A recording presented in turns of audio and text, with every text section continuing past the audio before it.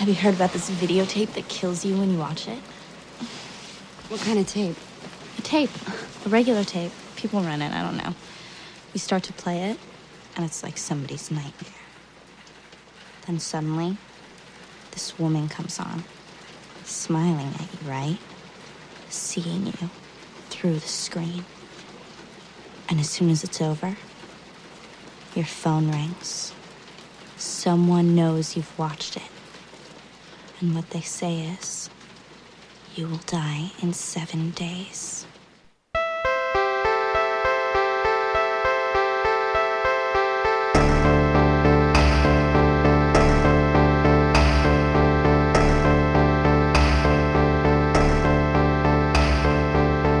Hello, everybody, and welcome to Frankenstein's podcast, where it's all about the monster. We are a creature feature podcast about monsters and why we love them. I'm one of your hosts, Joe Praska, and with me, as always, is your other host, Khalid Hussein. Ooh, what's up, Khalid Hussein? You saying like that? Oh, yeah, just trying to bring a dreamy energy to the podcast today. I don't know, Totally, just vibing. yeah. Sunday fun day. Sunday fun day on a Tuesday. It's a Tuesday, Jesus. You really are on summertime. Yeah, totally. Yeah, totally. What's new with you, buddy? How's it going? It's good. Good. Things are good. Yeah. Nothing. I don't know. Nothing's new. Love that. I'm also probably not the new to report. Just doing good. This is just great content we're doing right now. Lock in, twin. Oh my God. All right. You know what, Khalid? What? I'm sorry. I'm really stoked for this episode. You want to know why? Why? Got a very special guest with us. You damn right we do. You damn Skippy. You're damn right we do. Back on the podcast since the last time was on episode 109 when we talked about Akira is our resident artist, Jim Tandberg, all the way from the other side of the world. Welcome back, Jim. Hello, class. What up, Jimmy? I mean, Joe. How's it going? Oh, it's a heck of a morning. We got a holiday here, so I found some time to record with you guys, and it's been a long year. Yeah, can you tell us where you Long year are? plus.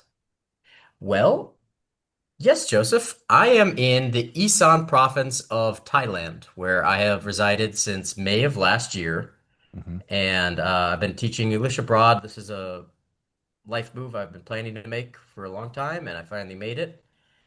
And it just ended up where Thailand was the first place that accepted me, so I went there. It's actually a lot like kind of the Minnesota of the country. Like when people think of Thailand, it's more the south and Hmm. the coasts. And I actually haven't been to any of those places. I've just kind of been to like the Midwest where it's a lot of farming around the area I'm in. But you have a lot of really nice, lovely community. It's still jungle, but I mean, like it's like farms, rice paddies, and the like. Yeah. And I live in this really nice small town. It's kind of like for Minnesota comparison, I'd say like Winona sized about there. Like not too little, but like it's only an hour's flight from Bangkok or like 6 hour drive. And it's just really pleasant with a lot of things to do. And there's a ton of Farang here, or I mean foreigners. So Hmm. uh like yeah, I actually I was more in the first year I was way out in the sticks. I was like a hour's drive from a pretty big city that's even bigger than this one. But like I lived in like a little village. And Cool. that wasn't bad. I didn't mind it that much, but I'm really happy to be where I am, where kind of I can just walk down the street and get like really good kebab or pizza and all Cool. that kind of stuff. So, yeah. And Yeah. yeah, I'm just that's this is kind of my future plan. It wasn't great for my consistency and putting time into the podcast artwork, but like I've been trying to make it work as best I can. But yeah, I'm just learning how to teach English out here. That's awesome. And thanks for making the time to join in the podcast with us. I know it's again, it's like you're in the future, right? That's what it's tomorrow for you, I think. That's But exactly how it is, Joseph. Yeah, and yeah, I know yeah. what happens next. And Yeah. Don't boy, tell let me us. tell you, Spoilers. Spoilers. yep, spoilers alert. America does something uncouth. Within the next 12 hours. Yeah, Oh, who'd have believed it? I can't Oh imagine it. man. Yeah. Uh, Khalid, what's the equivalent of like a Winona in California for our rest of our listeners that are not Minnesota I'm gonna people? be honest with you guys. I don't know what Winona in Minnesota is. I've never heard of it. It's like a San Francisco, maybe. Okay. No, probably not. That's a really bad analogy. When he said Winona, I was just like, We just I rolled with it. know, I Yeah. know one Yeah. Winona, and she was a mom on Stranger Things. It's like a small city. I don't know, like a I Bemidji. guess I'm just naming other like Minnesota towns now. yeah, like I'd say like Bemidji-ish kind of, I don't know, like Dude, Okay, I know Bemidji. What's like a yeah. Bemidji? or I like Yeah. don't. St. Cloud, kind of like St. Cloud sized town. Okay, so like north. Like it's got like a It well, doesn't it's have just to be got like malls. directionally. It doesn't matter. It's Yeah, all no, about it's like the just size. Like the vibe yeah. it gives off. Yeah, the vibe. Yes. Uh, I don't feel comfortable speaking on behalf of California. It's like a San I Francisco. haven't been around it, and I've been to San Francisco. But I don't know if that necessarily translates. Did you wear a flower in your hair? Of course, Good. is that a reference to a song? It is. Yes. Thank you. Okay. Thank you very much, Khalid. Did I kill the joke? Did I kill it? Usually. Anyway, Jimmy, thank you for keeping up with all the artwork. I know it's hard while you're busy out there teaching and doing some stuff in a different country and learning just lots of different vibes. But I think a lot of our fans and listeners have been really digging the artwork and the time that you've been putting in. And I know we all can't wait to see what you got for today. Before we get into that, what we're talking about today, Khalid, I got a question for you. I bet you do. Ooh, here we go. Why do so many people like rings at parties? Why do so many people like rings at parties? Mhm.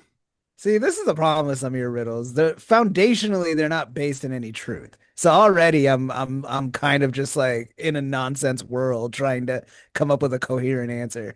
Why do Yeah, people break it down, Khalid. That's really gonna increase the this humor I'm once we get making a there. case for why I won't get it, all right? Okay, why do people at parties like rings? Was that the question? Hmm. Uh because they find it engaging. Hmm. Hmm. Yeah, that's kind of a good one. It's not it though, but it's kind of a good one. Okay, that's better than I've been doing lately. Because they're so well rounded. That's not good. It's the premise is shaky and the answer doesn't help in any way to retroactively like make sense of that Honestly, premise. I think I kind of like Khalid's a little bit better. I do too. Thank you. Thank you. Hey, Khalid, Yeah. why did the man fall down the well? Why did the man fall down the well? Hmm. Ooh, can I take this one? Hmm. Oh, by all means. Because he tripped. Nope. Oh. What's the cleverness in that answer? There is it. I was hoping it was going to be a trick one. Like an anti-riddle? Yes. It's just a straightforward answer. Mhm. Okay, why did the man fall down the well? Um, I genuinely don't. I have nothing. I don't know. Because he couldn't see that well. Fuck Oh, that's a good you. That one. was good. Nice. Wait, I'm gonna write that down. Yeah, yeah, that's right. That And might that's be a good to segue, use with my Khalid. kids. What are we talking about today? Thank you, Joe. Today we are talking about the 2002 Gore Verbinski horror film, The Ring. And I've got a synopsis from your homeboy Khalid, aka me, and it goes a little something like this. Rachel Keller is a beat reporter and a cinephile whose interests converge when she learns of a haunted VHS tape that's a huge hit with the youth. When her neglected son watches the tape, she's in a race against time and suicidal horses to learn the origin of the demonic curse before Netflix makes physical media obsolete. What a monster. They're creatures of the abstract that live off potential energy. I loved it. Yeah. Khalid, So before we get into that, before we get into like some of our thoughts here, I got a little background on this one. So as you mentioned, Gore Verbinski is the director here. He was initially inspired to do a remake of The Ring after a producer friend sent him a VHS copy of the Japanese film, which he described as intriguing, pulp, and avant-garde. And on making his remake, he made a kind of a goal to like retain sort of this minimalism that's prevalent throughout The Ring. And so that's why he chose to set it in Seattle due to the kind of like wet, isolated element. The title of the American remake, though, The Ring, actually kind of changes the meaning of the original story. And I know, Jim, you watched the Japanese version, so we were going to get into it later on, some of the differences here. But the author of the novel, Koji Suzuki, says that the title sort of refers to the sort of cyclical nature of the curse, since for the viewer to survive watching it, it's kind of like spread around and past, and it's like it expands. But the American one is definitely a little bit more of a literal like ring that you're seeing as like a motif throughout the story itself too. Kind of that piece of the well closing in on her. So it's kind of interesting. Anyway, that's just a little background and stuff that's kind of changed. But let's get into some initial thoughts. One of the reasons I wanted to do this one, we just very recently in June found out about the sort of really kind of early and sad, untimely death of Daveigh Chase, who played Samara in this film at age 35. So I thought we'd kind of just revisit this film kind of in her honor, and I thought that'd be an interesting one to talk about it. But anyway, RIP to Daveigh Chase, well too young for sure at 35. But anyway, get into some thoughts. What did we think about this one, Jimmy? What did you think of The Ring? Well, I'm gonna be honest with you. I found it really hard to watch two of the same movie, basically. I watched Ringu first, Hmm. and then I watched a good amount of The Ring, and it would be the like film asshole within me to just be like, oh, Ring did it better, or Hmm. Ringu did it better. But I do actually kind of enjoy some of the changes that they did in The Ring. And this, I think this works way better as a Japanese story because Sanako, as she's called in that, the ghost, Hmm. is functionally a yokai, and it just kind of fits that world a lot better than like the way that it's framed and the way that her powers are set up, I think work a bit better than just like, oh, she's a psychic super evil ghost kind of superhero. I don't know. It reminds me of the Fear games, which probably were inspired by this. Can But you I approached those first. can you explain what a yokai is for those who don't know? Yeah. So like yokai is just Japanese like folk creepy ghost spirits. And like I don't know if that's actually technically what she would fall under, but like I liked one of the first like thing reason I got into Japanese stuff was because of Pokemon and Power Rangers. But like I also at Rogers Elementary I found a book of I just liked reading about like fairy tales and mythology and the creepier stuff. And I found one that was about like yokai. And Japanese mythology, when you get into it, is so much weirder. Well, not really. Like Asian mythology is really bizarre too. And there's a lot of European stuff that like a lot of that was sanitized from us, but when you dig into it, there's a lot of cool stuff. So that's kind of where a lot of my early interest in Japan came from. That set me down the path of kind of becoming a reluctant weeb. Um and like yeah, she's like yokai are just like this whole like it's just their word for kind of like ghosts or spirits. But like yokai, well, like what that means is it's things that can embody like everyday objects or all that. And like the Japanese version of Ringu is effectively just a very classic ghost has cursed your family because you did something that transgresses them thing. And the only really thing that's modern about it is that the ghost is communicating its curse through a videotape, you know. Hmm. And Right. there are some aspects of that that kind of work a little bit better, but like I actually really like the movie itself, I think in some respects The Ring goes too hard and is a little like it's interesting that he said he wanted to be restrained, and I guess for Gore Verbinski he kind of was. But like in some respects, I think the American remake like just plays its hand a little bit or just goes too overboard. And I think a lot of the minimalism of the Japanese one is probably due to budget as well. But like I do think that there are aspects of The Ring that are a lot better than Ringu. Hmm. Like I Yeah. do think that they. some things. Yeah, I know what you're saying about with the sort of the yokai element, and I have a lot of stuff about that when we get into the monster piece too, because like there's a lot of elements to her as a spirit and as kind of a presence that you kind of just have to like accept. And like in American mythology, you kind of have to almost like dive in to be like, oh, she's this, she's that, and then she has this psychic ability. Whereas in like in the Japanese mythology, and I'm going to get into it with the book as well, but like that's sort of just generally more of an accepted narrative choice. Like, That Joe is yeah, exactly what I was talking about, where like they don't have to like go way into depth of like the experiments and all that on her. you don't have to Like explain it. Yeah, yeah, because it's just like, oh yeah, she's a cursed spirit, and exactly, that's exactly. Yeah. What do you something you think? see in their media a lot more. What do you think, Khalid? Yeah, I mean, this is probably the first time I've seen it since like it came out. Same. This is the first movie I ever saw, like PG-13 movie I ever saw by myself when I was 13. So it's like it's always like just associated with that in my mind of kind of just like a little like passage, um, or rite of passage, I guess. But it scared the shit out of me when I was a kid. Yeah, popping the And cherry. yeah, no, I was like, I think I'm too little still. But I'm a big old grown man now. And and like most grown men, I have to constantly remind people. No, watching it this time, it was like I could just appreciate it more. I think just like on a craft level. Obviously, we go hard for Gore Verbinski around here. Pirates movies, certain actors notwithstanding, go hard.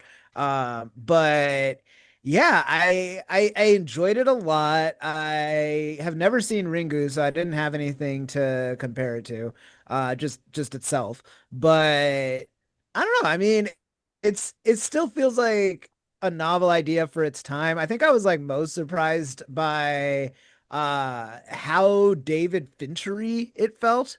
Mhm. I think I wouldn't have made that connection as a kid, but like, Seven comes out in 1995 and Zodiac comes out like 6 years later or something like that. So it's kind of got like elements of both of like investigating the series of murders. It's like in a super rainy town and like it's like these like doomed characters that don't necessarily know they're doomed yet. And yeah, I don't know, just stylistically, like it felt more like Fincher than it did like the Gore Verbinski I know, or like he's like kind of more famous for in his later years.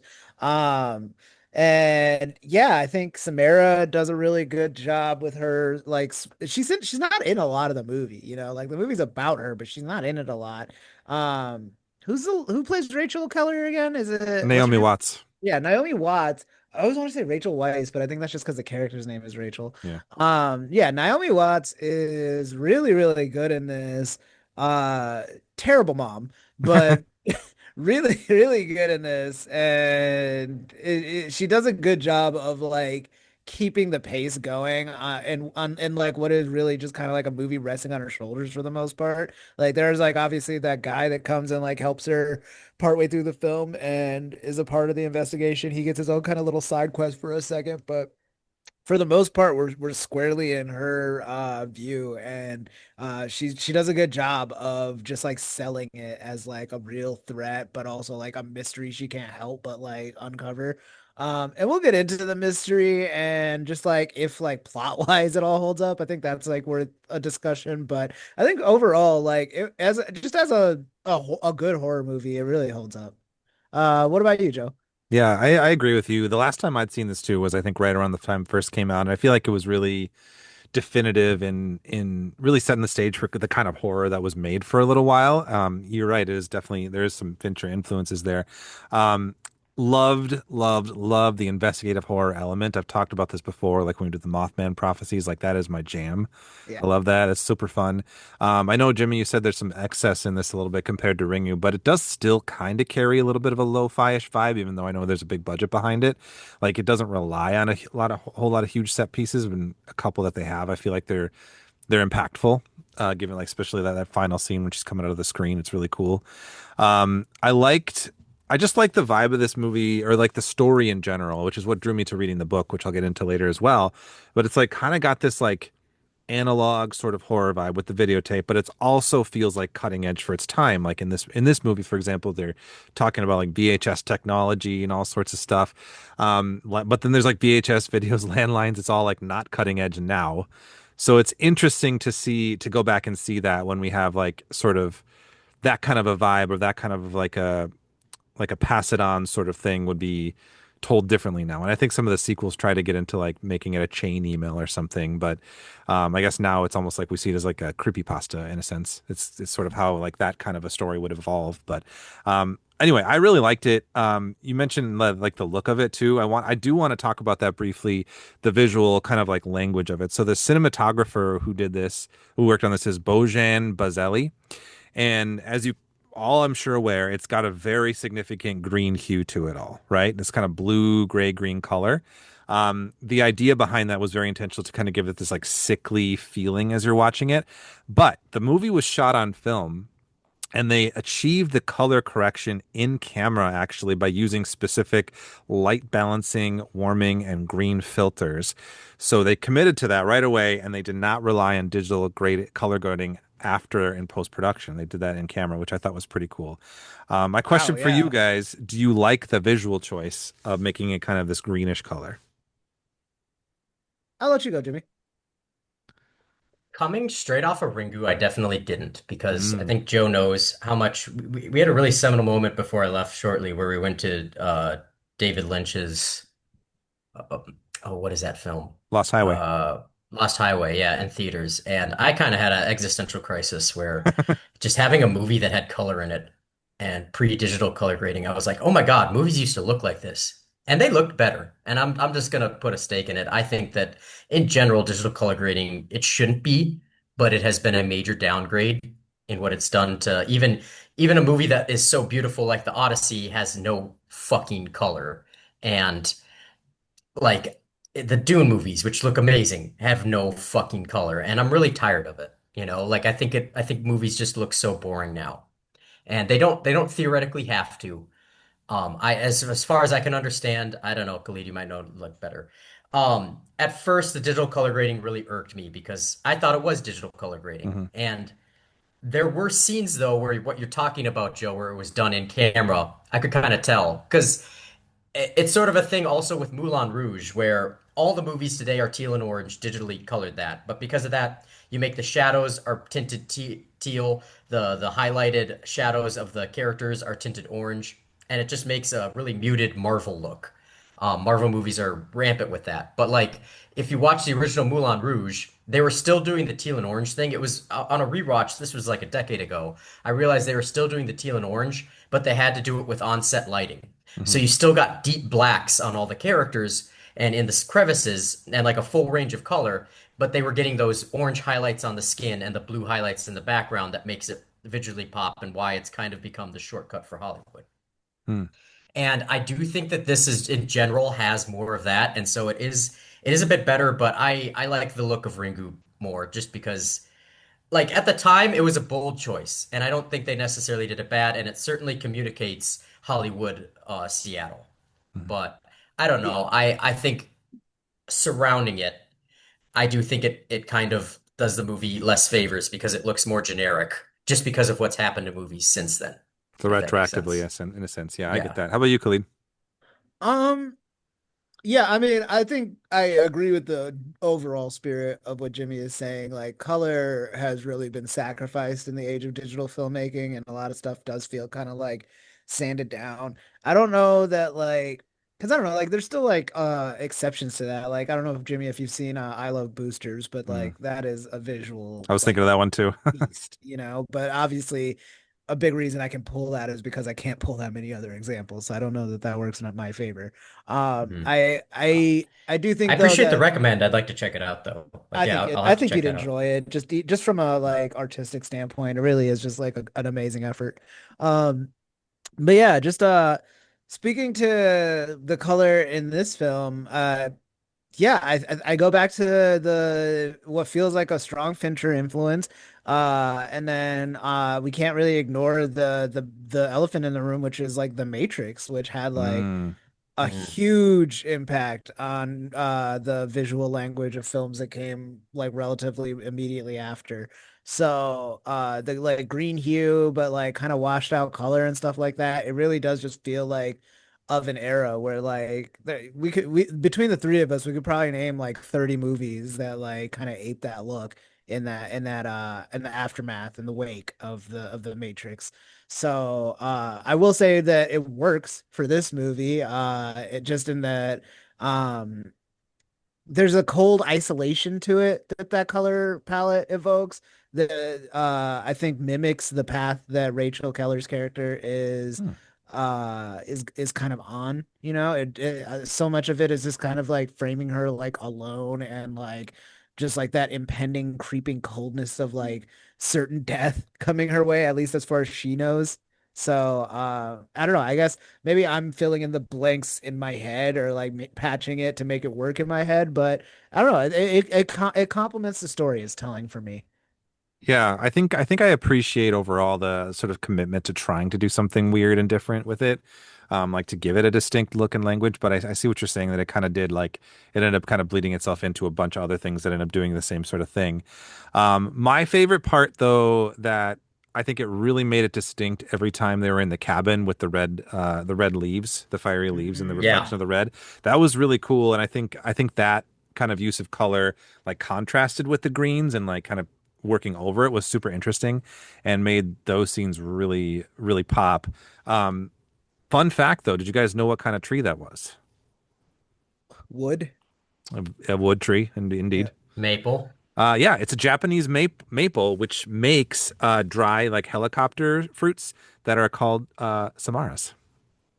Oh, Oh, nice. and a Yeah, little That shout is out that to is some the good production work. yeah, I Yeah. thought that a was really little fun. shout out to the source material too. Yeah. Yeah, hmm so that was cool. Yeah, Wow. I like that. Yeah. So guys, I did they in the American one, do they establish that the friend she has helping her is like the father of her kid? You did, yeah. They Okay. did? I missed that. Yeah, it was a very brief. It was when after the boy watches it, when he calls her, he's like, "Our son watched it." Oh, Yeah. I was like, oh, what a like forward thinking movie of like, yeah, there's a daddy, but this movie ain't about him. We're not bringing him up, and he's just in the movie the whole The whole time. time. Yeah. Uh Yeah. that's much more that's made much more evident that they're ex. So like his character is way weirder, the Japanese one. He's played by the dude from uh what is it called? Shogun? Hmm. What is that actor's name? He's like one of the hot, like I say this as a straight man. He's one of the hottest men alive. I don't know what it is about him, but like he's just so freaking cool in Isn't everything it he's in. Hiroyuki Uh, Sanada, right? yeah, Hiroyuki Sanada. Yeah, Yeah, he he's is. really great and everything. Yeah. I'm gay for him. Okay, and like absolutely, like he like when they're so in the Japanese one, he's a mathematics teacher at the university, and it's not really clear why they ended things. Um, but it's so funny when like he walks when the point where he meets the kid and they just ignore each other because it's only done from the profile one shot and it's way quicker and it's like the dad just sees the son and then he just passes him. That's like, oh, I didn't know I was I didn't know I'm Japanese. Like dad just What? walks past his son. Yeah.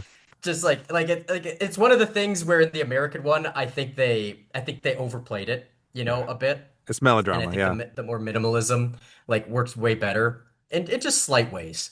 And and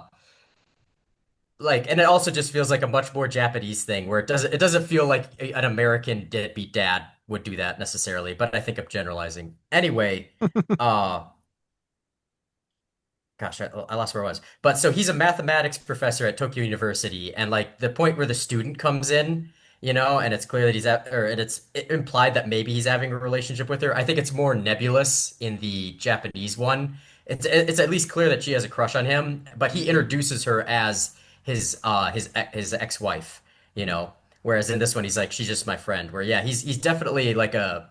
I did kind of like that he's more of a sleazebag in this one. But in the Japanese one, it just comes out of nowhere that he's actually also psychic. And that's how we get a tremendous amount of the backstory, is that he just touches, I believe it's Brian Cox's character, and then gets, or I think we're getting ahead, but yeah, is Brian Cox, is he the professor or is he just the No, guy? he's Yeah. He's Samara's Samara's dad. dad, yeah. Okay, Is he's there a not Samara's professor dad in this. in the American one? There's no professor in the American one. That's in the Japanese version, yeah. Okay. Yeah. But yeah, he's psychic, and so like yeah, he like touches somebody and then like learns a lot of the backstory, right? Yeah, and that's pretty much how we get all the and the rest of the like in the American one they actually do investigative Yeah, stuff and yeah, they're yeah, like yeah. researching things, and in the Japanese one just kind of it's like I went and did this and then they tell each other in the car on the way to the next location like what they found out, you I'm know. sure it And was so like we never a budget thing, right? It's like yeah, yeah, we have a it's car set. we Yeah. don't have a TV station set where they can like print Yeah. pictures off. Or Yeah. like multiple hospitals to break into or Yeah. whatever. Yep. So I was going to talk about this a little later, but now that you're bringing it up, I do want to talk about this character. So this is the Noah character in the American one. Mhm. In the Japanese Ringu, it's Ryuji, right? Yeah. In the book. So I read the book by Koji Suzuki not too long ago. I finished it, and I'll talk more about the differences later, and we'll talk about the movie differences a little bit. But the character of Ryuji in the book is a big factor into why I ultimately think the book is the least uh, good of all three Hmm. adaptions. I think the book is rough. So I will just say right now, if you are someone who wants to read the book, and you haven't, and you don't want spoilers, there will be spoilers for the book moving forward. Just a heads up. So in the book follows a male reporter, Akasawa, and his basically just a guy he knows, Ryuji, who's also a mathematics professor at the university in that one. But in this case, Ryuji is a self-confessed rapist and nihilist, claims to fear nothing. He openly looks forward to the end of the world. He has a line about essentially wanting to watch the end of the world and essentially just like dig a hole and just like have sex with the earth, Saltburn style, as the world ends. Um, and so that's part of his character where he talks about like, oh, I've raped like multiple people. He just says that. And that's kind of you just have to deal with that throughout most of it. Then, and again, this is the spoilers, we learn at the end that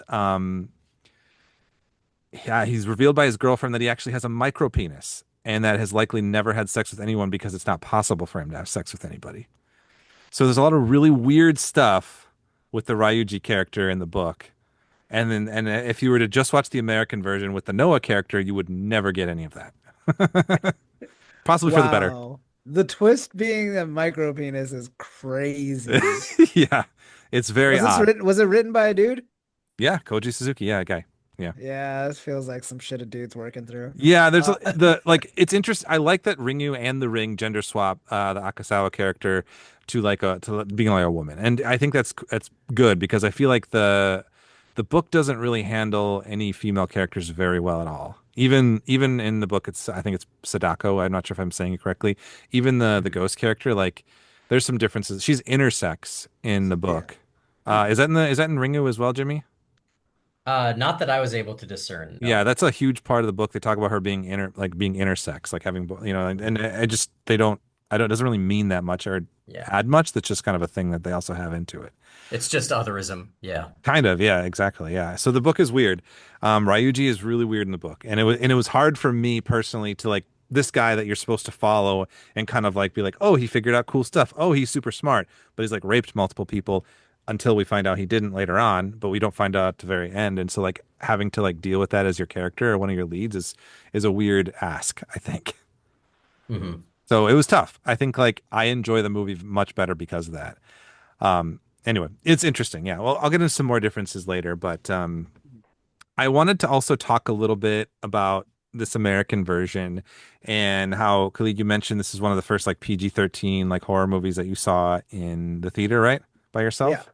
Yeah. This is Um, the first. this was actually there was a lot that was like cut out initially because it was originally given an R rating and they wanted it to I think they wanted it to be cut down to a PG-13. So they actually the original cut of Samara's murder at the well was way more brutal. Like she was apparently bashed in the head with a rock, and they slammed her head into the well, the side of the well, multiple times before shoving her in. Apparently, Brian Cox's death by suicide was also way more graphic. There was another element that was entirely cut out, like a other plot thread, right? Where actor Chris Cooper, appeared in a small role, and apparently he was supposed to be a murderer slash rapist who meets Naomi Watts' character in the beginning and says, "Hey, I've reformed and changed. Can you write an article about my being reformed?" And she's like, "No way." And then he comes back in the end, and it turns out he's the one that she ends up having her son give the copy tape to pass it along to.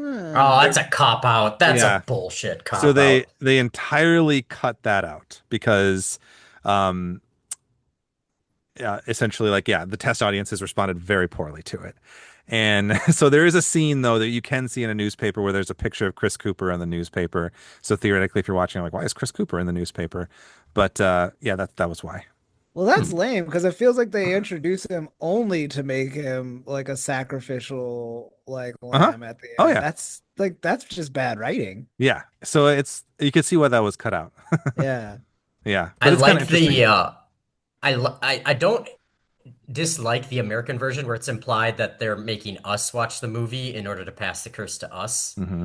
Although I still like the Japanese one is, I think, the darkest and best ending because they establish that she leaves the kid with his grandfather and like they have little scenes where the dad's investigating because he's got one more day than her. So he's like, "Hey, you should spend some time with our son, please." And so she's just spending time with like the grandfather and they're having this like loving, doting time.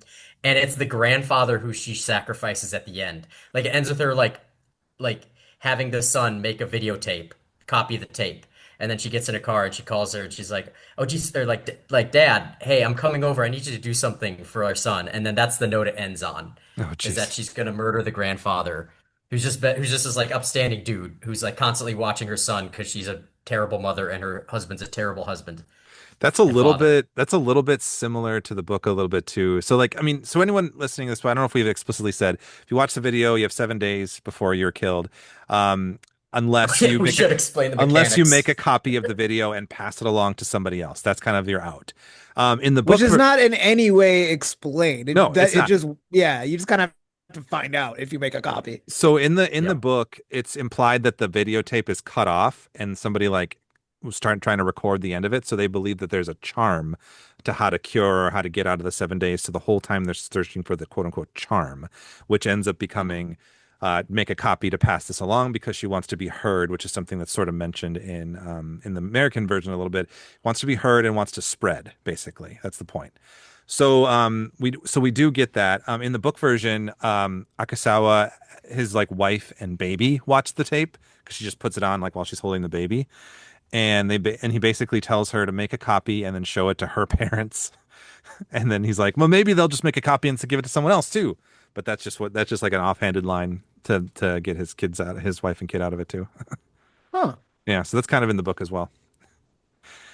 You could actually, so fun fact actually about the video, you can actually on the DVD release, you had to like select some special like selections on it, but it was like secretly you could like find the actual full like video on your DVD release, and then once you clicked into it, you couldn't stop, pause, fast forward, or go back to the menu unless you actively turn off the TV. It like made you watch the whole thing. And then it would return to the menu and make a phone ringing noise on the DVD menu. That would scare the Man, shit that's out of me. so cool. Yeah. Man, we used to have this used to be a real country. God damn it. Fuck. Remember Isn't that cool? DVD Yeah. menus, god Oh, damn it. There's remember so- audio commentaries and Oh behind the yeah, scenes? they still have them if you buy them. They're cool. Joe, there's no such thing as physical media anymore. Shut up. Shut up. There's literally a regular show episode of this kids cartoon that's just ridiculous, and it's about this, but it's so prescient, and it has this ending note where it like talks about how physical media will die. They have like a series of ones where it's like format wars, where like VHS is fighting compact disc, which is fighting Laserdisc, and then it all ends with like the evilest stepson ever, which is the internet, comes along, and he like ends in an ending monologue where he talks about how physical media will die due to the convenience of digital online. And it's like really funny in the episode, but I think about it a lot now of how absolutely true it was. Kind of sad. Yeah. Very sad. Uh, What y'all think of the kid in the American one? I haven't seen the other ones. Meh. I, I was I, I was questioning why he kept calling her Rachel instead of mom. I don't know if they ever like explain why he did that. It's just like a distance. yeah. I don't want to make it this, but it feels kind of like just like a racial thing of like some white kids be doing that. I don't Maybe. Yeah, maybe. know. We Yeah. don't know our culture, I Khalid. did not flinch. I was like, yo, he calls his mom Rachel. Yeah. I would never. I thought he was fine. I thought he was a fine actor. I was like, I mean, like the twist in the American one, the idea where she's like, oh, we helped Samara, we helped save her, and he's like, what? You weren't supposed to do that. Like I feel like That would piss me off if the kid like kind of what it, because he kind of told her some information on the phone earlier. I'm like, he could have just like said, don't help her. I don't know, I don't know. I Maybe he don't didn't even know. I don't even really blame him. Like there's like a real like it feels like they low key don't fuck with each other. Yeah, they don't really. Yeah, they don't have a. They're not Like super close. there's like a familial obligation, but like he's like Yeah. closer to his like now dead like teenage cousin than he is his Yeah. mom. Oh yeah, he was way more sad about her. Yeah. Yeah, which by the way, never realized when I was a kid, because why would I? That was Amber Tamblyn. Yeah. The victim is a young Amber Tamblyn. Mm-hmm. Sisterhood of the Oh. Traveling Pants. Yeah. Amber Tamblyn. Yeah. Pants were traveling, Jimmy, like you. Yeah, traveling to the grave. Yeah. Yeah, damn. Yeah. Oh man. I don't know. He was fine. I Uh, think he was a fine actor. What did you think, Khalid? You obviously have thoughts. oh, he was great. So creepy Yeah. and I don't know. He's definitely like in that like uh uh Haley Joel Osment tier of like creepy kid Yeah. I came out that around the same time. I'm like, yeah, you don't got no friends and you probably shouldn't.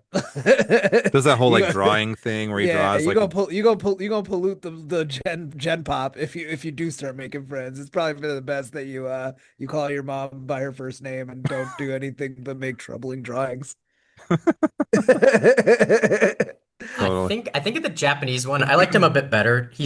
It's one of the things where yeah, like the kid is more overtly creepy in this and just off-putting. Hmm. And it's a choice. Like I don't want to disregard it. And maybe it's just because I watched the Japanese one first, but like in the Japanese one, I think it's his babysitter. It might be also his cousin.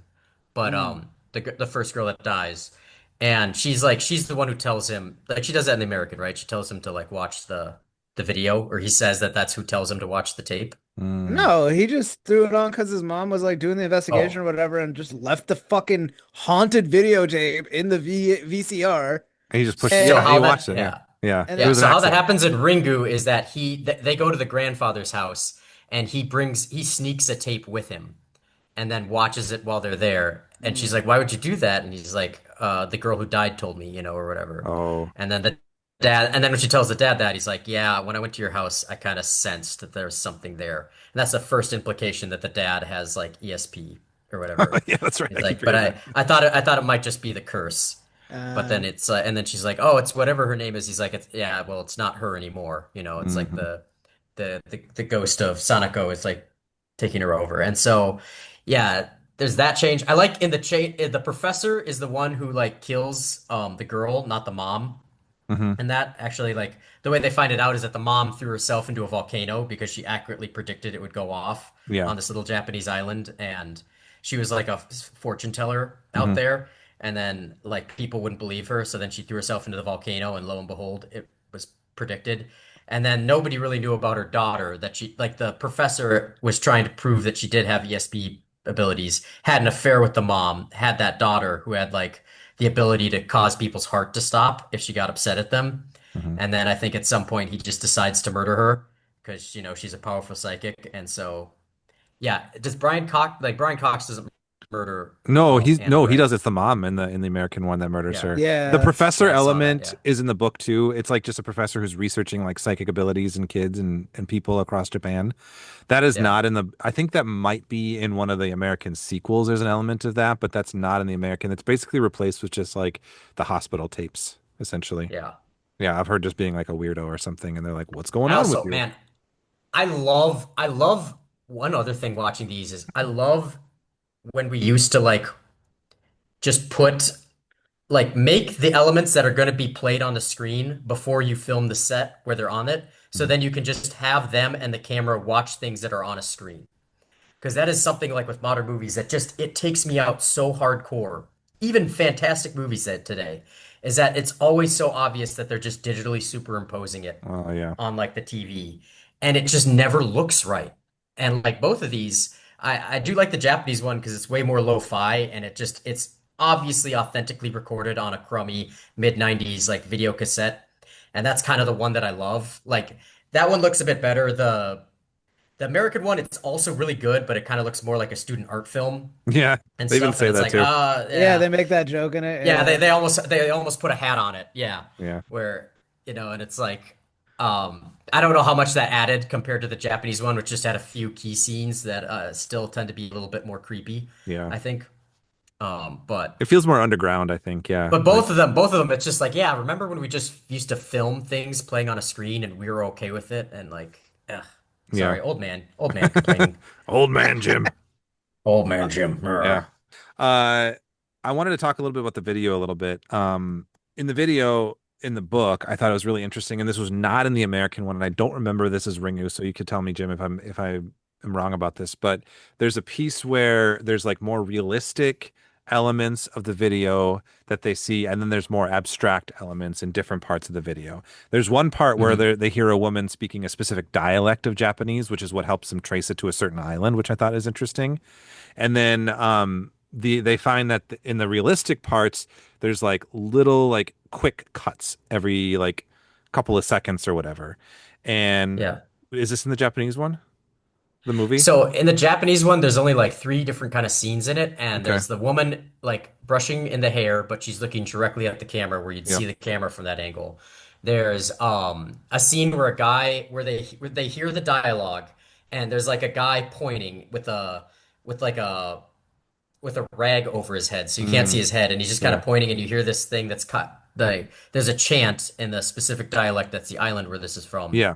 That's how they find it, where it's like those are goblins, like goblins rising from the sea, pulling them back or something is the Oh, chant that's you kind interesting. of Yeah. hear, and that's referenced back because Hmm. basically that's how at the end, once the husband's been killed and she's trying to piece together, like, why didn't I die? Why did he? She sees him in the same pose as that character with like the white towel over his face. And he's Yeah. pointing at the videotape, making a point of that's how she puts it together at the end. That like you copied the tape and you showed it to somebody else. Yeah. Is that his spirit or whatever is like like telling her like because right before he dies, he's like, oh, I figured it out.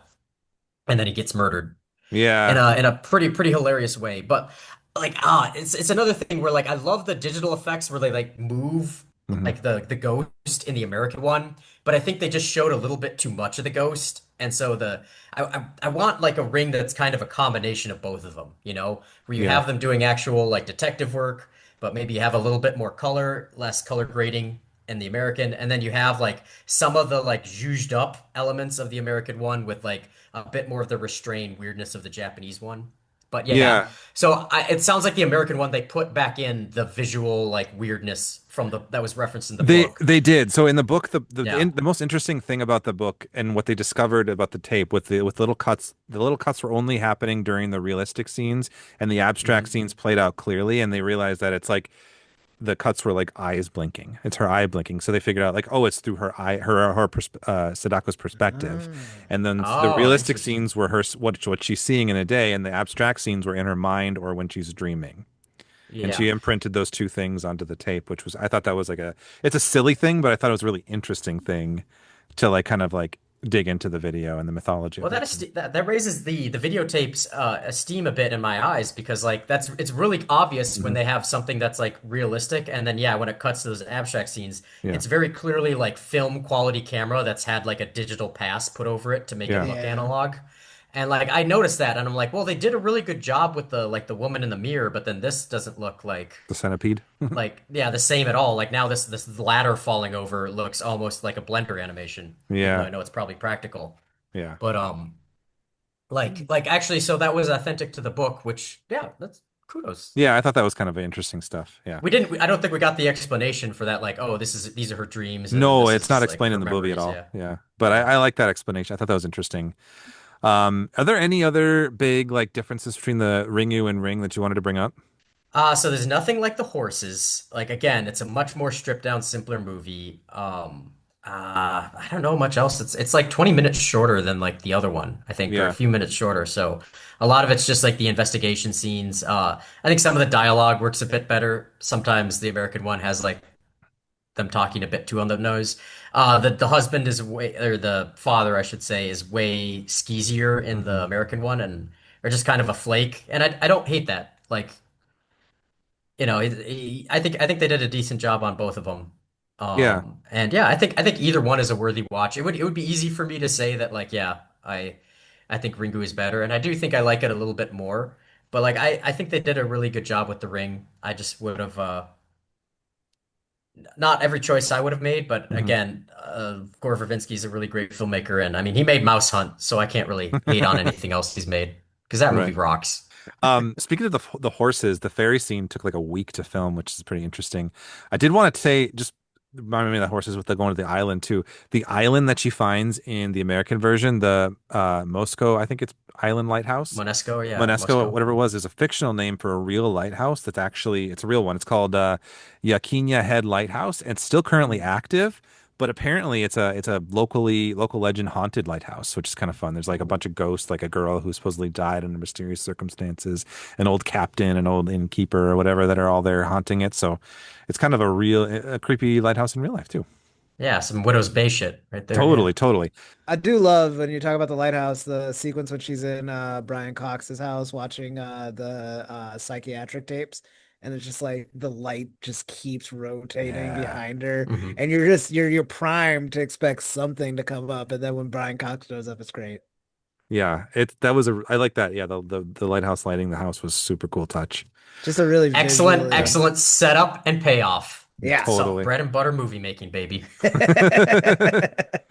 The last thing I wanted to say about the book, and again, we're in hell like high spoiler territory here for people who don't want to hear about it. But the weird thing about the book is there's like a smallpox element too, where Sadako is killed and given she's like the last person to be given smallpox on Japan, and that's part of like it's like a virus analogy too.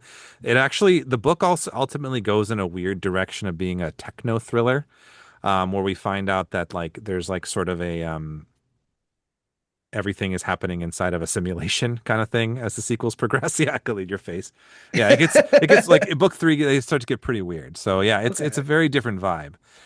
So it's kind of like Is a it like retroactively it's always been a simulation, or yep, they end up in, nope, oh, got it. 100%. Okay. Yeah, always Cool, been a cool. simulation. Yeah, definitely. Yeah. So Sick. kind of interesting. Yeah. Do you guys have any experience or yeah, experience with the sequels at all? The only thing I remember from Ring 2 is the scene when like all the deer freak out and Yeah, like Yeah, fuck their same. car up. Yeah, that's all I Yeah. remember. I've Yeah. seen that as well. Yeah, I've actually seen like and just clips, but I've seen more of Ring 2 than I saw of the original Ring or Ringu Hmm. prior to this. So like yeah, I saw the deer scene and all that, and it's really clear that like that's what made me not feel like it was a betrayal of the American one to like add more pizzazz to it because it feels like since that was directed by the original Japanese Yep. director, like I was like, well, clearly if he was able to do this in the first one, he would have, He would have done you it Mm. if know, he in the could. Yeah. Japanese one. Yeah. Yeah, Hideo Nakata, he directed the Ringu and he directed the American Ring too, which is kind of interesting. Naomi Oh. Watts is back and the boy. It's about basically that one's about Rachel and her son moved to a small town. Samara's targeting the son for possession in this one. They meet like another biological mother of Samara, played by Sissy Spacek. And in that one, they try to establish that Samara's biological father was like a sea demon ocean entity who impregnated her. So it goes some weird directions. It wasn't as well liked. I was gonna ask because like they just like kind of glossed over where it's like Samara's, I guess, adoptive parents. Like all she ever wanted was a baby, and then she came back with one. And I was Hmm. like, what does that mean? Like, was she just like gone long enough to be pregnant and give birth, or did you just bring a baby back? I didn't get Well, that. they also showed a birth certificate. I don't know. So it's kind of ambiguous and weird because I mean, yeah, like the sequels muddy it up a lot, but Yeah. yeah, there's also a third one that came out in 2017 called Rings. I've never seen that. I didn't actually know that was a thing, but apparently that one is about a professor. This is the professor piece who's investigating the tape. Then there's a girl and her boyfriend who will get cursed. They're trying to stop it, but then they reveal in this one that Samara's biological father is a blind priest, played by Vincent D'Onofrio, which is kind of interesting. Oh, Yeah, and then Samara tries to like reincarnate herself like through the main girl in this movie. Also, Johnny Galecki's in this one too. hey, Yeah, so this it's is before I had the Big Bang checks. I think so. So that I don't. I've heard that one's not very good. There's a couple of the Japanese have sequels too that are a little more faithful to the book sequels. But however, the one that I really wanted to highlight is there's a film in 2016 called Sadako versus Kayako, which is a Mm. versus movie a la Freddy versus Jason, which is Sadako from The Ring fighting the ghost from the Grudge films. I've Ooh, heard of I've that heard one. of that Yeah. one. Yeah, Yeah, I thought that seemed pretty cool. yeah. I like that. Yeah, That should be our Um, next episode. we should we should yeah. No, we we got to should. do the Grudge, and then we got to do the verses. Yeah, for Yeah, sure. I totally. Yeah. do. I do feel like we gotta mention Scary Movie. Like, kind of Mm. Oh, really it did. parodied this pretty damn well. Like, I don't like giving those movies too much credit because it's usually like low hanging fruit. But like a lot of my memory of The Ring before watching the movie, I realized was like kind of like supplanted by scenes in Scary Movie. Yeah. One of the things I remember in that scary movie too is just like, which is like, why is the floor all wet? Or the TV's making your floor wet. Is it two or three? I think it's three. Yeah, I think it's in three. Yeah. It's after the Waynes stepped That's aside. that is like yeah, it's what is it? Do they call it the Simpsons effect or whatever, where Yeah. like you know of a cultural piece because of the parodies of it before Yep. you ever actually experience the real thing. And yeah, that The Ring falls into that heavily because it was so referenced so many times. Oh, totally. Yeah. And it's Yeah. just it's so great when she comes out of the TV and like at first the black girl, I can't remember her name now, but Regina Hall's character, Mhm. she's like Cindy, and then like the girl comes up to her, she's like just decks her, she's like, ooh, never mind, I'm whooping her ass, girl. I just it really it really does just like I cannot separate the parody from the movie anymore. Like Hmm. they're just like so like of a piece to me now. That is pretty funny, actually. I do like Yeah. that. Shall we monster you guys? Let's do it. Let's monster. Right. All right. So in this movie, we have Samara Morgan, who is a child with psychic abilities. They're actually known as Nensha or thoughtography or projected thermography. So essentially, this is the ability. It's described as an ability to burn images from one's mind onto surfaces such as photographic film or other solid surfaces by psychic means, just by thinking of it, which is how she burns the tree into the wall and her handprints into Rachel, essentially, and even creates the videotape. In death, and this is what we were talking about earlier about how she makes more sense as a Japanese, like kind of villain in a sense archetype. She becomes what's known in Japanese as an onryo, or a quote vengeful or wrathful spirit. They're believed to be capable of causing harm in the world, even killing or injuring people, causing natural disasters to sort of redress wrongs that they received while alive. Usually it's women in the stories that they have too. But it kind of begs the question, I feel like, especially in this case, where I feel like when we see Samara as an actual living child, all they tell us, like Brian Cox's character, the dad, talks about how every time she was near the mom, she basically would imprint images and she essentially made the mom go mad, right? And when we see the videotape, she kind of talks about how she's not necessarily trying to, and they're like, you don't want to hurt somebody. She's like, I do, and I'm sorry. I do want to hurt people, and I'm sorry.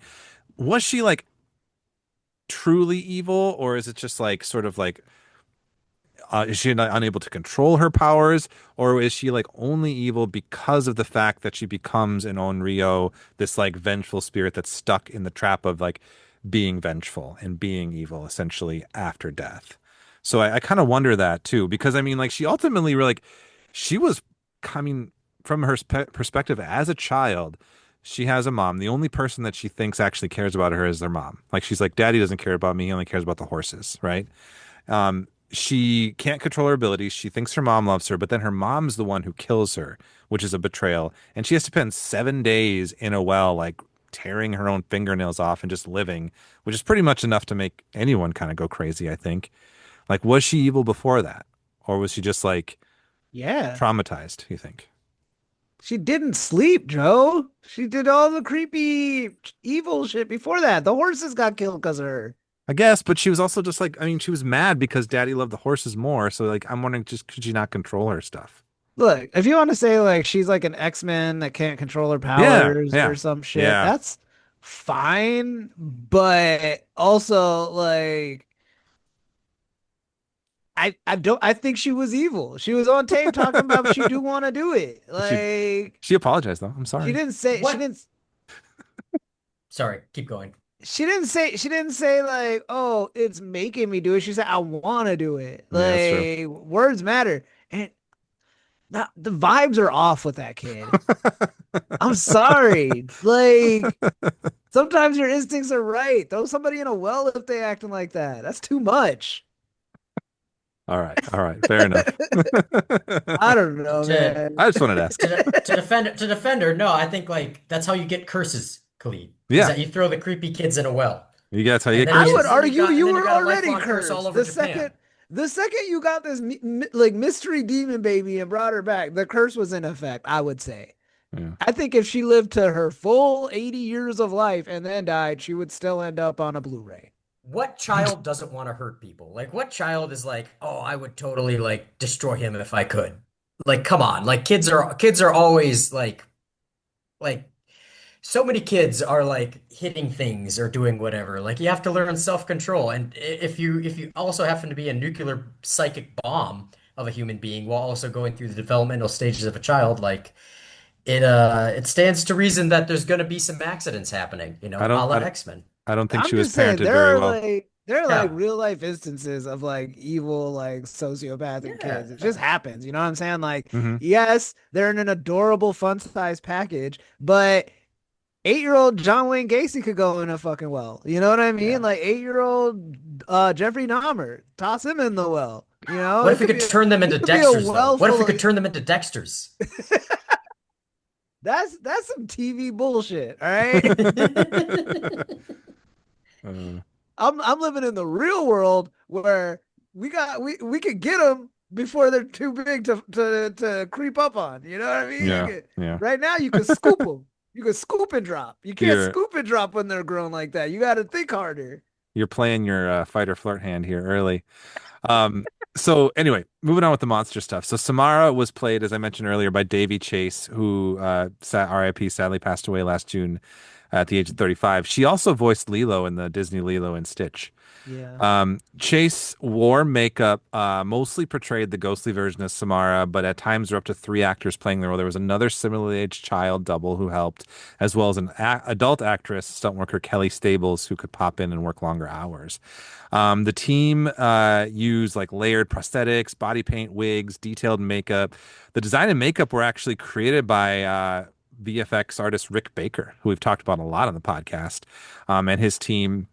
The ghostly version had like silicone prosthetics and on the face, while the arms and legs were kind of covered with like gelatin and latex. Baker also created a detailed mannequin double of Amber Tamblin's character Katie for the corpse. The grayed, like distorted face that we see for just like a split second was not Yeah. makeup on her as an actor, but an entirely separate body, like mannequin that he created of her, which I thought was pretty interesting. Nice.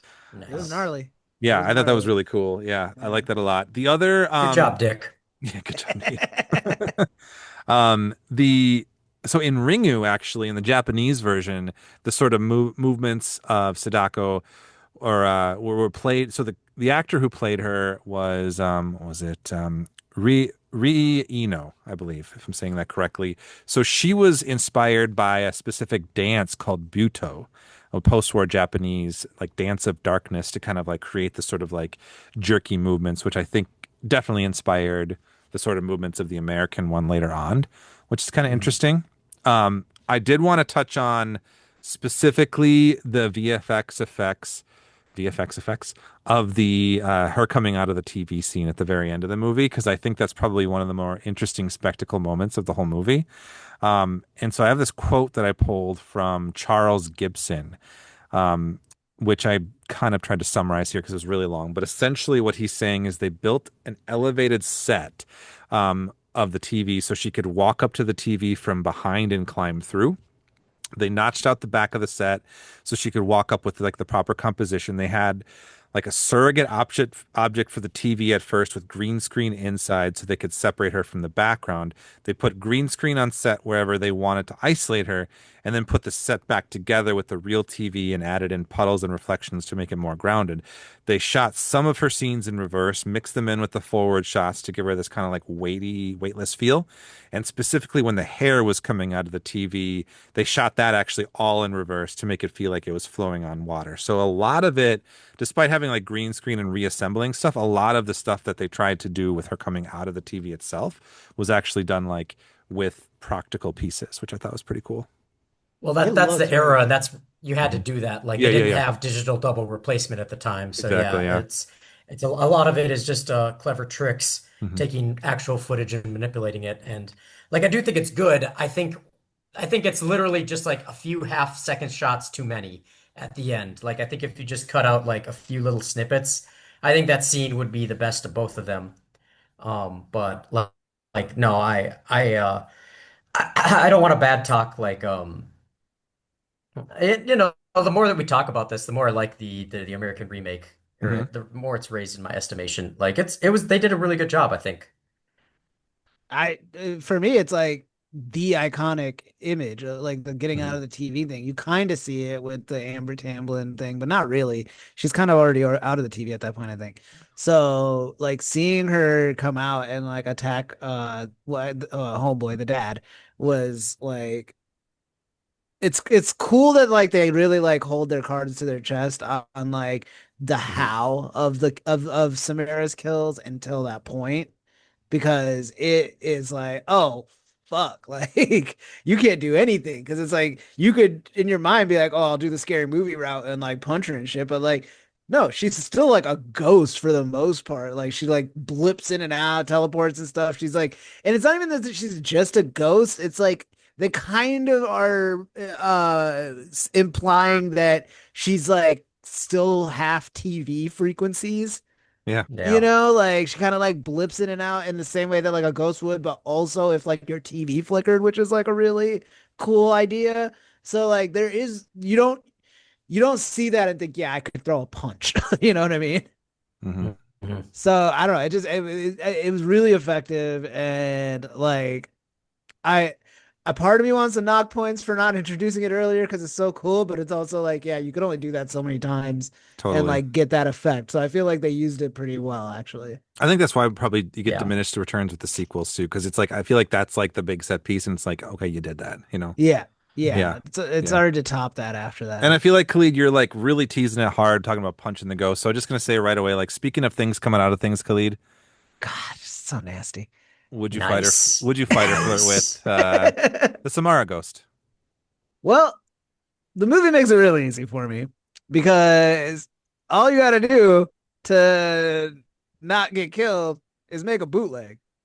Like, buddy, I'm I'm selling those tapes out of my trunk just to make sure I don't fucking get like got. You know what I mean? Like aside aside from the fact of just not wanting to die, it's that she makes you wait 7 days. That is such a long time to sit with that knowledge. You know what I mean? Like you get a phone call and then you're just what? You're just looking at blurry Polaroids of yourself until you fucking go. Right. Like that sucks. All right. Alternatively, I would watch the tape, and if I'm like, you know, feeling like more humane of like, I can't just like make copies of this fucking thing and like put it out in the world to do to somebody else.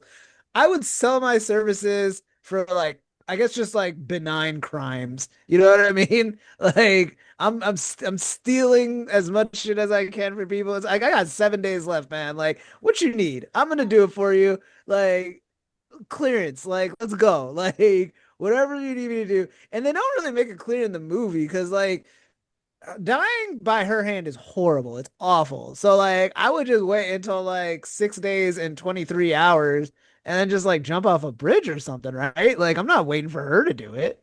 Hmm. Interesting. You know? So it's either that or like if I'm not doing like just like freelance criming for 6 days, I'm at least just going to like bucket list the fuck out of my life. You know, just Yeah. like anything and everything I was like afraid to do or thought I had more time to do. I'm living my best life. What I'm not doing is going one on one with that chick because the only way you could do that seemingly is the very minute before she comes to kill you, you know? Like there is no fight then. That's just the ghost like finishing the contract, the curse. Mm. Was So yeah, like you can't flirt. You can't. I mean, if I were to flirt with her, I won't. But if I were to flirt with her, I guess it would have to be in that like one phone call. You know what I'm saying? mhm. Because like Rachel doesn't really do it because like she's just like 7 days and then she hangs up. I'll be like, okay, 7 days, but what you up to right now? What's going on? Huh? What's up on your end? What's going on in your world? You know, like that's where I would do the flirting because that's the only time you get to communicate with her. Yeah. And I don't think anybody took advantage of that. You know, like Everyone's freaked out. Nobody wants to stay on the phone. Yeah. no one's asking how she's doing. No one's asking what's on her mind. You know, like she went through all the trouble of like making a film, which I'm in LA. Like I know how hard it is to make a movie people will watch. So I would relate to her artist to artist if that was the route I wanted to go with flirting. But I would not flirt with her because it's a lot of variables and not enough. There's not enough opportunities to communicate, which is where my flirting skills come into play. Hmm. All right. Yeah. Was Brian Cox cursed then? Do you think like he was like, oh, I'm on day 6, or is he just like feeling like immense guilt? I think he's just cursed in a different way Like just of like my life sucks. that's true, yeah. Yeah, My like horses, my horses, Yeah, he had no my more horses. horses. That's all he loved. Yeah, Yeah, no more horses. that's true. yeah, and I think he just recognized like, man, you fucking reporters are not gonna let up on this. Yeah, he's just done. Yeah. Mm, yeah. Yeah. Anyway, before we go to our final segment, coming in hot, brand new off the presses, Jimmy, you got something for us, don't you? All right, so I had an interesting idea for a segment. I don't know, it could be just something when I'm on. Maybe it doesn't work and we don't try it again. But I think we should call it Frankenstein's pitch deck.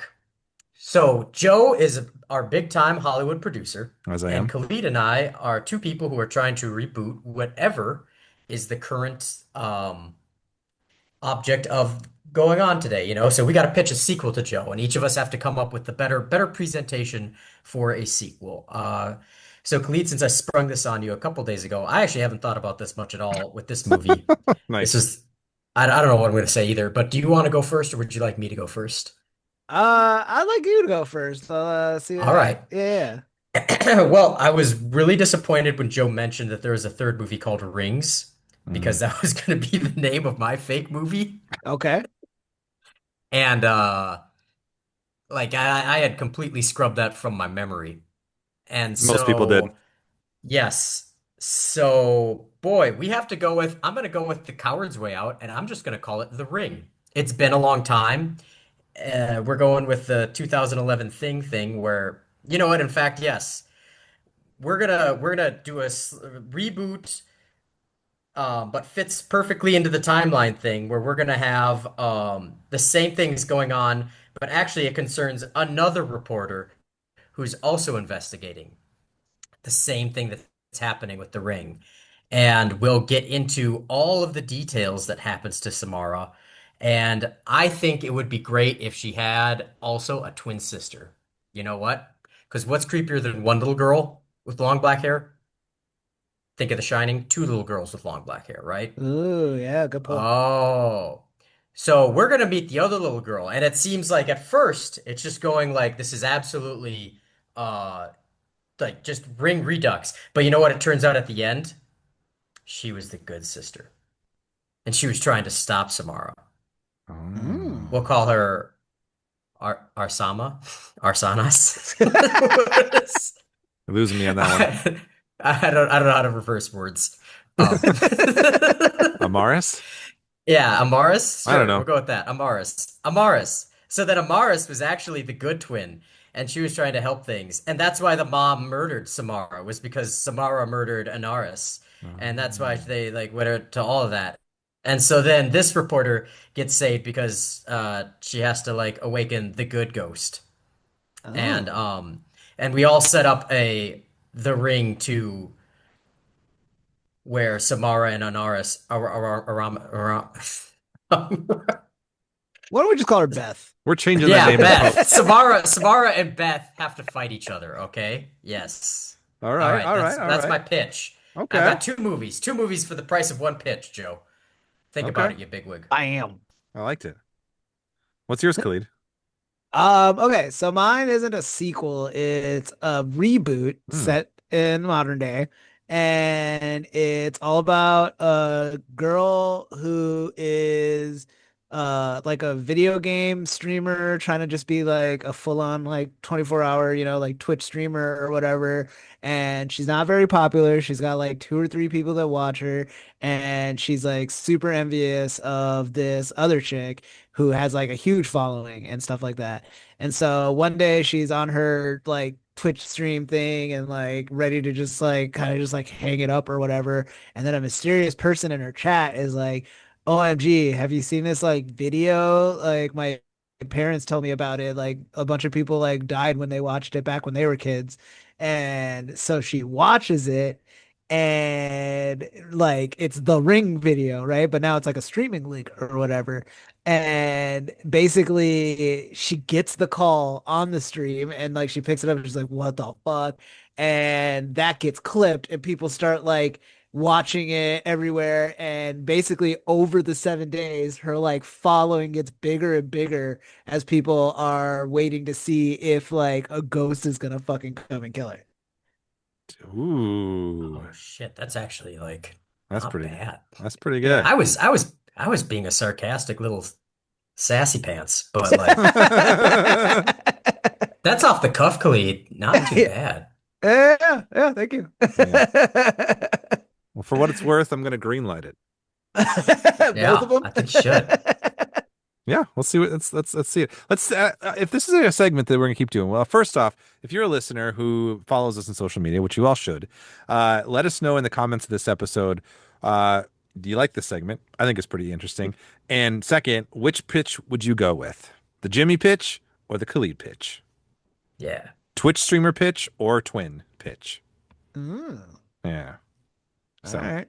all right, that was kind of interesting. I like that. Good idea, Jimmy. We could call because it's streamer. We could call it ring the bell because you know how streamers are always telling you like subscribe, ring the bell. Oh, Oh I do like yeah. that. That's pretty good, actually.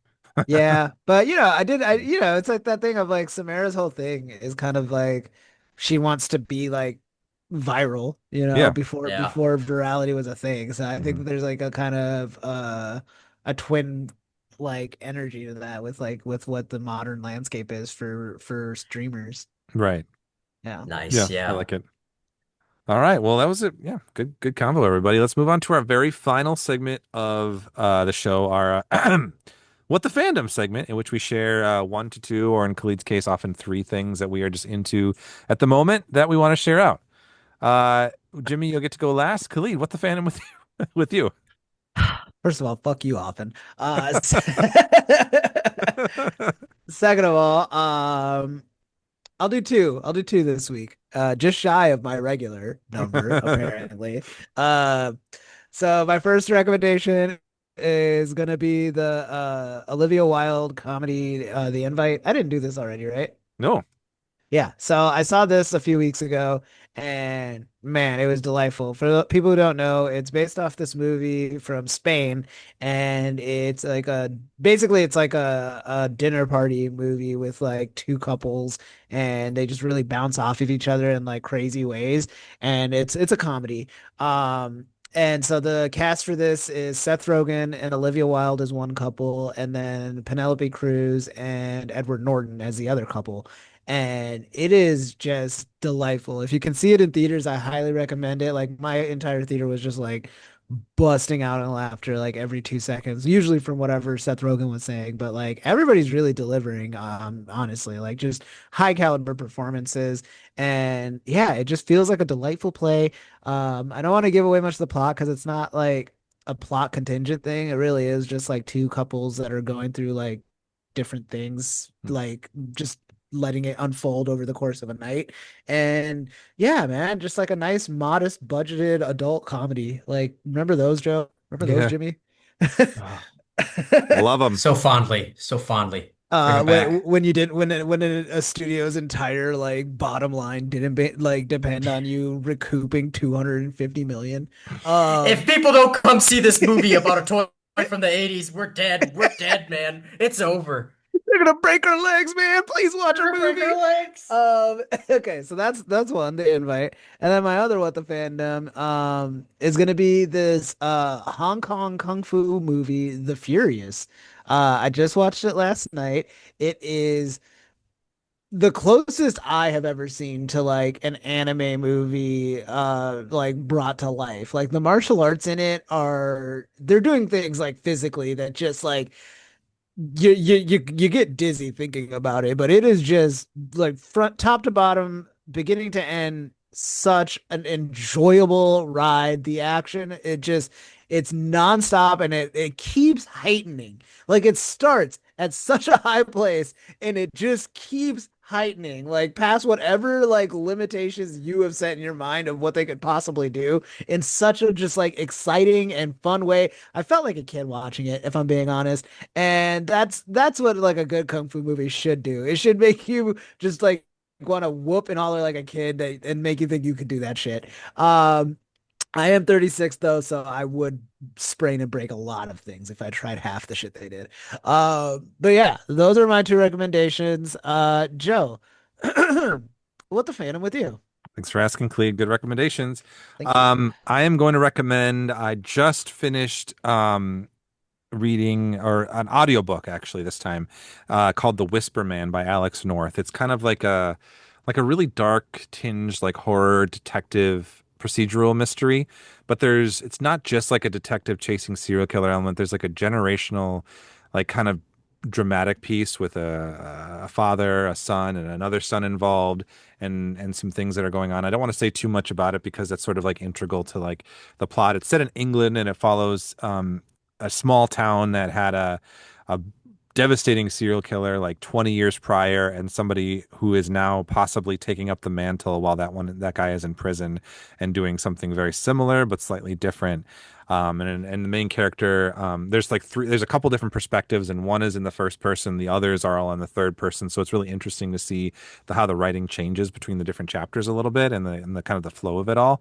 It was really good, really thrilling. The audiobook was narrated by Christopher Eccleston, which I thought was really interesting and fun. I thought he did a really good job with that. And I found out, apparently, I didn't realize this when I started it, but there's a movie that is coming out in August based on the book called The Whisper Man. It's an American adaptation, and it's going to have Adam Scott and Robert De Niro in it. So I'm kind of looking forward to checking that out to see what they did with it. But I really liked the book. I thought it was really good, good dark thriller. So check out The Whisper Man by Alex North. I will also recommend the family and I took this little trip to San Antonio, Texas, not too long ago. And one of the things that we love to do when we travel, we like to find bookstores, like to find old theaters with marquees on them, and I like to find coffee shops that are just like kind of give you the local flavor of the town you're in. Found a really cool coffee shop that I loved called Folklore's Coffee House in San Antonio. And it was cool because I think sometimes there's an impression in Texas that you're in generally a red state, which is I know is very much vastly changing population and demographics. Very, very like progressive vibed coffee house that I really enjoyed. Very cool people. Also very horror tinged, which I thought was kind of fun for kind of recommending here. They had a really large large replica of Audrey 2 in there, which was very fun from the plant from why am I Little forgetting the name? Shop of Little Shop Horrors. of Horrors, yeah. Which I enjoyed seeing that quite a bit, and a lot of different like horror movie posters, which was very fun. So if you like this podcast and you're in the San Antonio area, go check out Folklore's Coffee House. So those are my fandoms. How about you, Jimmy? What's the fandom with you? All right, I'm gonna pull a lead. I've got three lined up, but Woo! we'll go quick. We don't need to call it So, that. yep, it's Khalid. It's Khalid triple. Cool. Classic Khalid triple. Yep, yep, okay. Anyway, so one of them is a music one. I started listening to Radio K again over here because I was like, I need a good way to hear good music. So I started streaming Radio K, which you should do. because the algorithm, I think about 30% of music on Spotify that was listened to last year was artificially created, Mm. aka AI content. They are pushing it hard. They get the full royalties from that. They don't have to pay anybody any money. Get off of Spotify if you can. It's not feasible for everyone, but I think it is rewarding. If you put enough ad blockers on your spot on Firefox, if you use that as your browser and you put ad blockers on it, you can basically listen to Spotify for free. It'll block all the ads. And that is what I do. I still have my Spotify like account. I don't pay them any money, but like I'll add stuff to it and I can listen to that music. And I don't have to listen to ads either because seriously, fuck those people. They're ruining the music industry. So, listening to Radio K, I discovered a little artist called Ninjarachi. Um, and she's got or Nina Jirachi, I think. Let me look at this. Oh, this is very unprofessional of me. One second, please. Nina Geraci. Nina Jirachi, yeah. I Love My Computer is the album. It's got a few little standout songs like It's You, iPod Touch, Fuck My Computer. Mhm. Um, really, really good hyper pop, and I like have been just bopping to that this whole week. So I wanted to give her a shout out in case anybody hyper pop is not for everyone, but like I like it because it doesn't sound like anything I really heard before. It sounds like the first new genre we've had that I've experienced in a while, and so I appreciate that the youths are doing something new.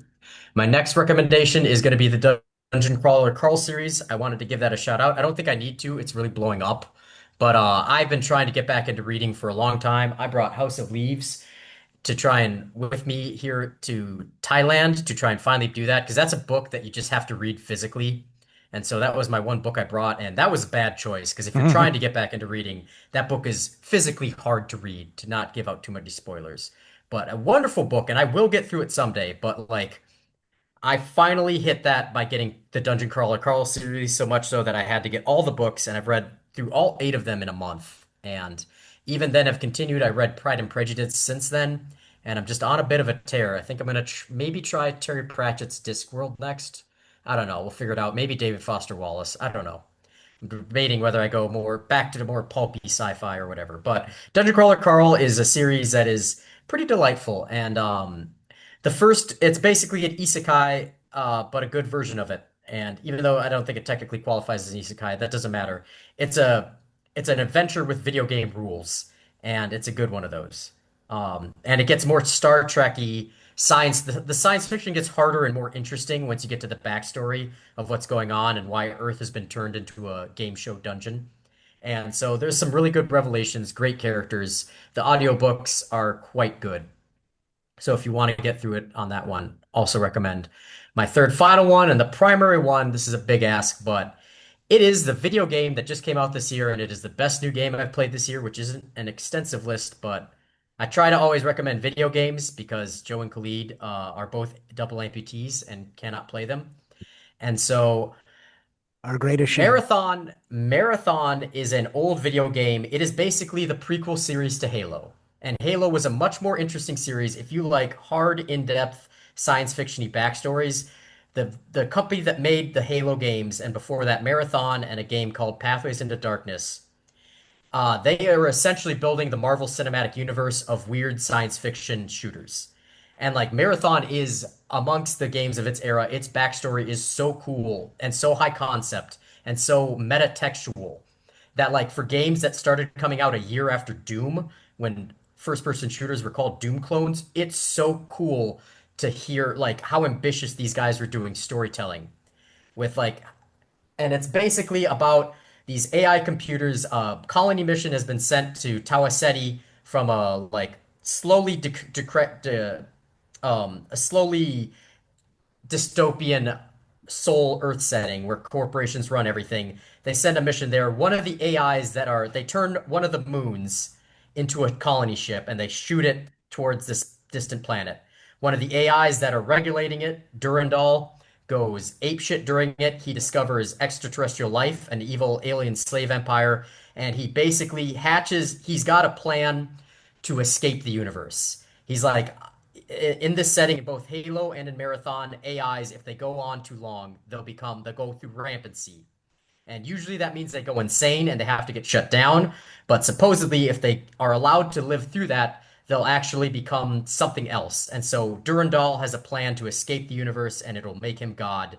And you play as in the original three Halo games, the security officer who is like woken up and he's basically started an event where like you have to save the colony ship and then later you get on set on adventures on these alien worlds as you're trying to survive Durandal's insane like plot to escape the universe and all the problems that arise from it.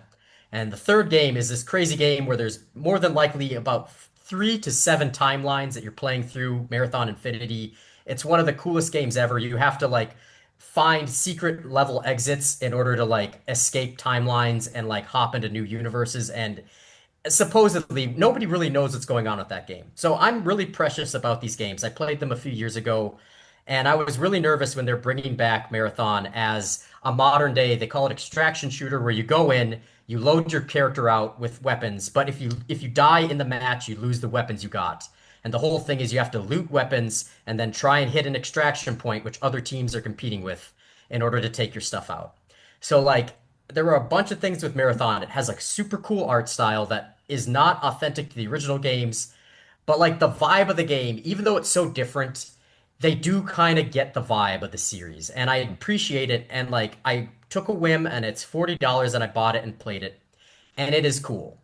People who like this podcast, if you play video games, it is a cool, you like go in with a squad of three and like you can have a lot of fun. But if you play in a solo queue where it's just you, it is one of the best horror games I've ever experienced. It is so intense because there's like video games like Resident Evil 2 where they'll put in an AI character that's pretty much invincible and it will hunt you throughout the levels. So you're fighting just regular zombies, but then you have Mr. X who's hunting you down, and he's AI. Marathon is essentially a game where you play as like a Master Chief, like basically you're a brain on a server rack that they download into bodies on the surface of the planet, and they want you to find out what happened to the original colony from the first games. And there's all these corporations that will hire you out, and you can take contracts from them. And so you keep going down to the planet, and then you get killed or you extract, and you bring back whatever materials you're able to salvage.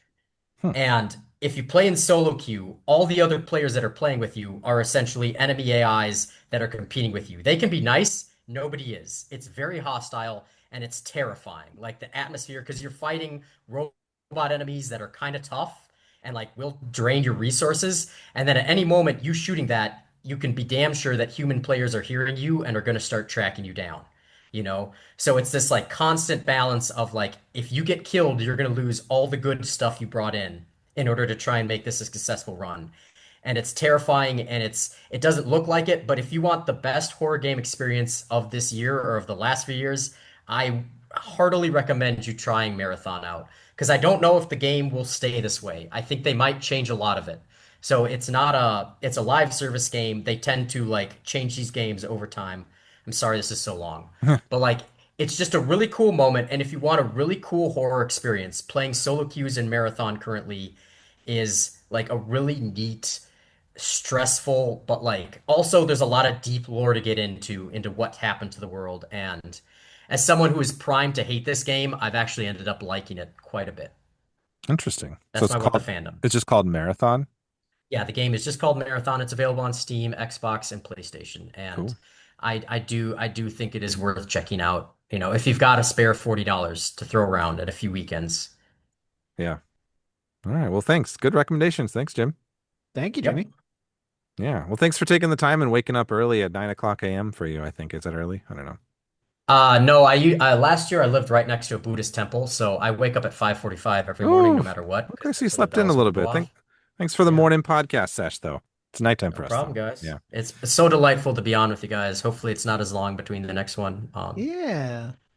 Yeah. I miss you. I do miss you. I don't miss living in the States. I'm pretty happy here, but like I miss the food and I miss the people, and you are included in one of those categories. Food or people. Khalid in both because he's a snack, but Oh yeah, otherwise, baby. There we go, Gobble, there we gobble. Blurp, blurp. All right. Oh man. Well, thank you, Jimmy. We miss you too, man. And thank you as always for your amazing artwork. Like it really is just like a sight to behold every time. Like you're just so talented and we're just honored to be recipients of that talent. Yeah, no, your shit's great. And thank you all at home for listening, or wherever you listen, to another episode of Frankenstein's podcast. Until next time, creep it easy. Frankenstein's podcast is hosted by Joe Praska and me, Khalid Hussein, with music from Jim Hall and original artwork from Jim Tandberg. A reminder that we do have a Patreon if you are interested and able to support our show. We are a fully independent podcast maintained as a labor of love, so anything helps. You can become a Patreon at the $1 or $3 level, or you can become a producer at the $7 level. Becoming a patron gives you access to bonus content like Frankenbits, where we discuss a range of topics often outside the realm of monsters. Thank you to our current Patreon producers, Luke Johnson, Andy Groth, Jake Cole, and Joe Michaud. And thank you to each and every one of you listening.